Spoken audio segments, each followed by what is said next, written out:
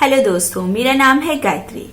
इस वीडियो में हम आपको दिखाएंगे कि एक सिंपली सपोर्टेड बीम है जिसमें कि स्टैटिक लोड लग रहा है, उसको हम कैसे डिजाइन करेंगे। डिजाइन करने का क्या मतलब होता है, उसमें अलाउबल स्ट्रेस हम कितनी लेंगे, ये अलाउबल स्ट्रेस मटेरियल की कौन सी प्रॉपर्टी पे डिफाइन होता है, ये मटेरियल प्रॉपर्टी हम कैसे निकालते हैं, कौन सी मशीन का यूज करके निकालते हैं। जब स्टैटिक लोड लग रहा है तो हम कौन सी मटेरियल प्रॉपर्टी लेंगे और कौन सी मशीन का यूज करेंगे। बट जब डायनेमिक लोड लग रहा है, हाई स्ट्रेन रेट लोड लग रहा है, उस समय हम मटेरियल प्रॉपर्टीज फाइंड करने के लिए कौन सी मशीन का यूज करेंगे।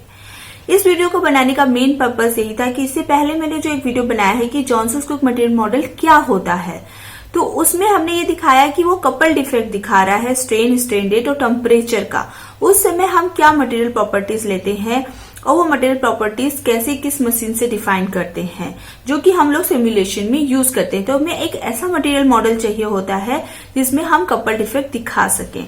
तो इस वीडियो में हम जो सिंपली सपोर्टेड बीम को डिजाइन कर रहे हैं कि स्टैटिक कंडीशन से, तो आप इसमें फील कर सकते हैं कि कैसे मटेरियल प्रॉपर्टीज का इफेक्ट आता है और उसमें कौन कौन सी मशीन्स यूज होती हैं।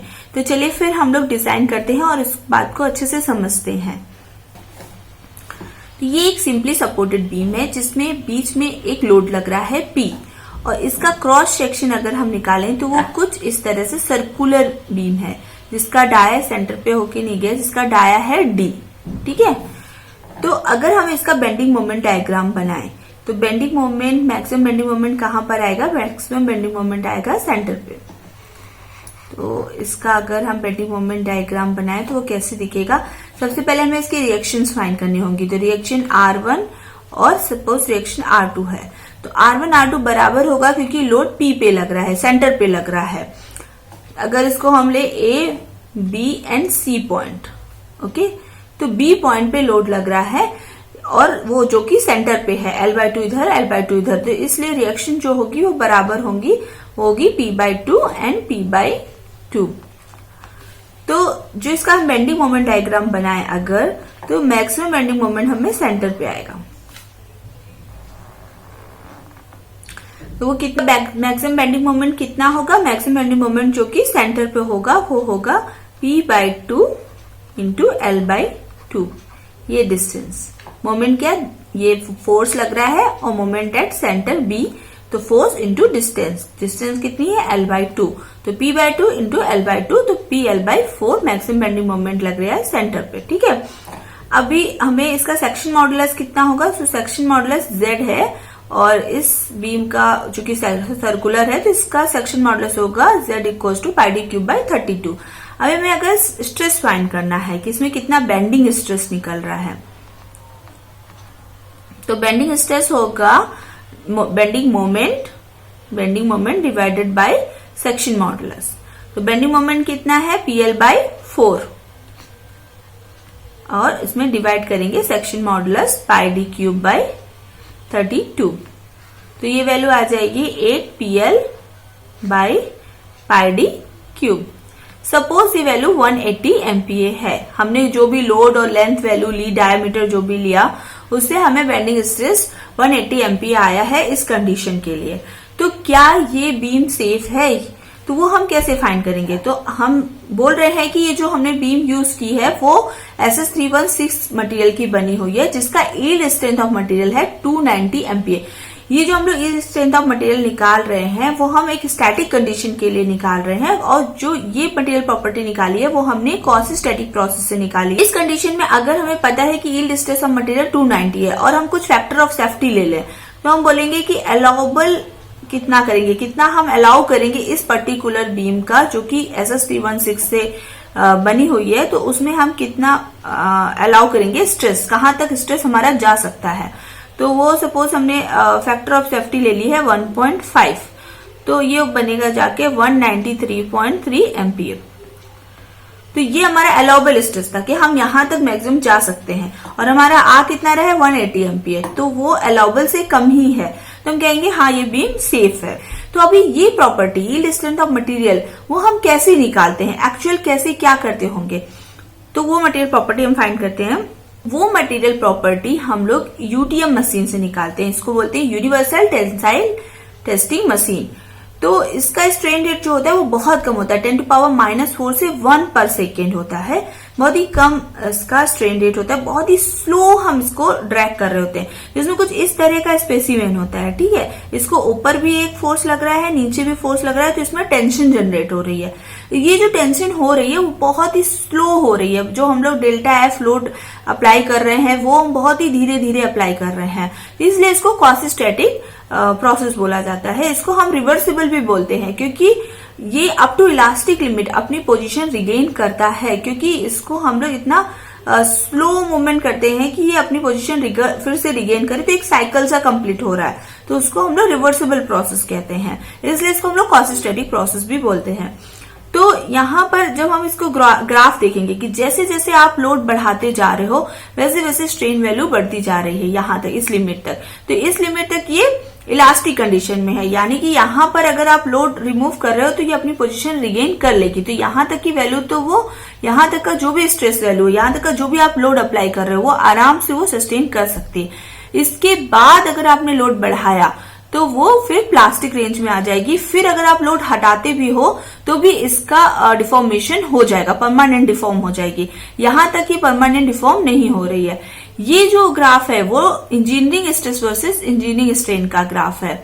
बट एक्चुअल अगर आप देखोगे, जो कि हम लोग को इस तरह की यूटीएम मशीन से जो भी ग्राफ फाइंड होते हैं वो true stress versus true strain के ग्राफ होते हैं। तो ये वाला जो ग्राफ है, ये वाला जो ग्राफ है वो ट्रू स्ट्रेस का, और ये इंजीनियरिंग रेड वाला जो है वो इंजीनियरिंग स्ट्रेस वर्सेस स्ट्रेन का रिलेशनशिप है।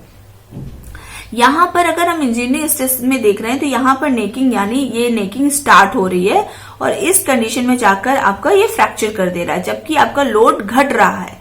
इस कंडीशन में आप देख रहे हैं कि लोड घट रहा है, तब भी ये फ्रैक्चर हुआ जा रहा है, स्ट्रेन वैल्यू आपकी बढ़ती जा रही है। क्योंकि इस कंडीशन नेकिंग में पहुंचने के बाद अगर आप लोड नहीं भी लगा रहे हो, एकदम से लोड थोड़ा सा कम भी कर देते हो, तो भी ये फ्रैक्चर हो जाता है। तो इस बात को शो कर रहे हैं। अभी इस कंडीशन में देखेंगे कि यहाँ पर क्यों बोलते हैं कि इंजीनियरिंग स्ट्रेस में इस तरह का ग्राफ बन रहा है और ट्रू स्ट्रेस में इस तरह का ग्राफ बन रहा है। क्योंकि अगर हम एक ऐसे स्पेसिमेन ले लेते हैं कोई भी, जिसका कुछ भी डाया है, इसका डाया सपोज डी है और इसका लेंथ एल है, ठीक है। तो इसमें लेंथ एल है और इसको हम स्ट्रेच कर रहे हैं एफ फोर्स से। तो ये फोर्स जो है वो हम स्लो स्लो इंक्रीज कर रहे हैं, ठीक है। तो जो स्ट्रेस वैल्यू होगी वो होगी एफ अपॉन ए। तो ए इसका जो क्रॉस सेक्शन एरिया होगा, ठीक है। तो जब हम स्ट्रेस धीरे धीरे स्टेप वाइज स्ट्रेस देख रहे हैं, ऐसे ऐसे अभी क्या, तो इस समय हम लोग जो वैल्यू निकाल रहे हैं वो निकाल रहे हैं डेल्टा एन कर रहे हैं डेल्टा एफ बाई ए से, ठीक है। तो ये ए जो ले रहे हैं इंजीनियरिंग स्ट्रेस में वो हमेशा ओरिजिनल ए लेते हैं।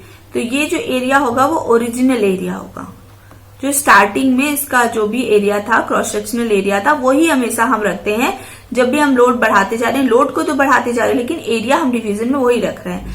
बट जब हम, ये केस है इंजीनियरिंग स्ट्रेस के लिए, बट जब हम ट्रू स्ट्रेस फाइंड कर रहे हैं, तो ट्रू स्ट्रेस जो कि हम मशीन से फाइंड करते हैं, तो मशीन उस वक्त का जो एरिया है उसको रखता है। ये डेल्टा एफ बाई ए, जो ए होगा वो उस इंस्टेंट में जो एरिया है उस एरिया को हम लोग रखेंगे। तो एरिया जो कि हमारा घट रहा होगा या बढ़ रहा होगा वो डिपेंड है कि आपने कंप्रेशन लोड लगा रखा है कि टेंसाइल लोड लगा रखा है, तो उस हिसाब से आपका एरिया घटेगा या बढ़ेगा। तो अभी ये ट्रू स्ट्रेस वैल्यू जो है, यहाँ पर आपने देखा कि यहाँ तक तो ग्राफ आपका बढ़ रहा है, ये भी बढ़ रहा है, ये भी बढ़ रहा है, दोनों केस में बढ़ रहा है। लेकिन इस कंडीशन में जब आपने लोड लगाना बंद कर दिया, लोड थोड़ा कम लगाने लगे, तो इस कंडीशन में आप देख रहे हैं ये ग्राफ गिर रहा है, नीचे की तरफ आ रहा है, क्योंकि हमारा एरिया कांस्टेंट है और फोर्स कम हो रहा है, तो डायरेक्ट फोर्स कम दिखा रहा है। बट यहाँ पर क्या हो रहा है, यहाँ पर आपका फोर्स भले ही कम हो रहा हो बट नीचे का जो एरिया है वो भी कम हो रहा है, तो डिवीजन में वैल्यू कम होती जा रही है। तो जो डिवीजन में अगर वैल्यू कम हो रही है तो स्ट्रेस वैल्यू आपकी बढ़ेगी। तो इसलिए यहाँ पे कंडीशन, जहाँ पे नेकिंग होके जस्ट ब्रेकिंग हो गया, तो यहाँ पे तो एरिया एकदम जीरो की तरफ जा रहा है, तो एरिया तो हमारा अप्रोक्सीमेट घट रहा है ना, तो डिवीजन में वैल्यू कम होती जा रही है, तो ओवरऑल वैल्यू हमारी ज्यादा बढ़ती जाएगी। तो इसलिए ट्रू स्ट्रेस में ये स्ट्रेट लाइन जा रहा है, मतलब ऊपर की तरफ बढ़ता जा रहा है, जबकि इंजीनियरिंग स्ट्रेस में ये घट रहा है। क्योंकि हमें दिखाना है कि स्ट्रेस हमारा बढ़ नहीं रहा है, एक्चुअली में स्ट्रेस हमारा घट रहा है। तो ये हमें फील देता है कि अगर एरिया हमारा कांस्टेंट है, उस कंडीशन में हमारा स्ट्रेस वैल्यू किस तरह का होगा। कि यहाँ पर इसका अल्टीमेट स्ट्रेंथ होगा और यहाँ पर आकर ये फेल होगा। तो ये मशीन के थ्रू हम लोगों ने यूटीएम मशीन है जिसके थ्रू हम लोग क्वासी स्टैटिक प्रोसेस के थ्रू यील्ड स्ट्रेंथ या इसका स्ट्रेस वर्सेस स्ट्रेन का ग्राफ फाइंड करते हैं। लेकिन अगर हम हाई स्ट्रेन रेट में चले जाएं, ये तो स्टैटिक कंडीशन की बात हो गई, लेकिन अगर हम हाई स्ट्रेन में जाते हैं उस कंडीशन में कैसे किस मशीन का यूज करके वैल्यू फाइंड करते हैं। Testing machine high strain rate की कंडीशन है जब हम सडन इम्पैक्ट लगा रहे हैं, सम डायनेमिक लोड हो रहा है। जो डायनेमिक लोड में ना हम इनर्शिया इफेक्ट को इग्नोर नहीं कर सकते, बट स्टैटिक कंडीशन में हम उसको इग्नोर कर सकते हैं। इनर्शिया इफेक्ट क्या होता है वो हम उसके लिए एक सेपरेट वीडियो बनाएंगे, उसमें हम आपको अच्छे से एक्सप्लेन करेंगे कि इनर्शिया इफेक्ट क्या होता है, क्यों स्टैटिक कंडीशन में वो उसका इफेक्ट इग्नोर होता है और क्यों डायनेमिक कंडीशन में हम उसे इग्नोर नहीं कर सकते। बट अभी मैं ये बताना चाहती हूँ कि जैसे कि हमने बताया कि स्टैटिक कंडीशन में हम लोग डिजाइन कर रहे थे, तो जो हम मटेरियल प्रॉपर्टी रख रहे थे वो मटेरियल प्रॉपर्टी हमने यूटीएम मशीन के थ्रू निकाली थी। लेकिन अगर हाई स्ट्रेन रेट हो तो उस कंडीशन में हमें स्ट्रेस वर्सेस स्ट्रेन का ग्राफ फाइंड करना हो तो हम कौन सी मशीन यूज करेंगे। उसके लिए हम लोग इस तरह के मशीन है जिसमें सडन या इम्पैक्ट लोड लग रहा है, तो 4P impact testing machine, Izod impact testing machine, जिसमें स्ट्रेन रेट हम लोग 103 तक जा सकते हैं। और इसमें ड्रॉप वेट टावर, इसमें भी सिमिलर 100 पर सेकेंड तक हम लोग स्ट्रेन रेट जा सकते हैं। मगर स्प्लिट हॉपिंगटन बार में हम थोड़ा ज्यादा स्ट्रेन रेट तक का वैल्यू फाइंड कर सकते हैं। तो ज्यादा स्ट्रेन रेट है तभी भी क्या फ्लो स्ट्रेस वर्सेस स्ट्रेन का ग्राफ हम इसमें फाइंड कर सकते हैं। तो इस वीडियो में मैंने आपको बताया कि एक सिंपली सपोर्टेड बीम है जिसको हम लोग सिंपली स्टैटिक लोड लगा के डिजाइन कर रहे हैं। तो हम कैसे बोलते हैं कि इसका एलोबल स्ट्रेस इतना है, इसके बाद ये फेल हो जाएगा, इससे कम है तो वो सेफ रहेगा, वो प्रॉपर्टी हम कैसे फाइंड करते हैं।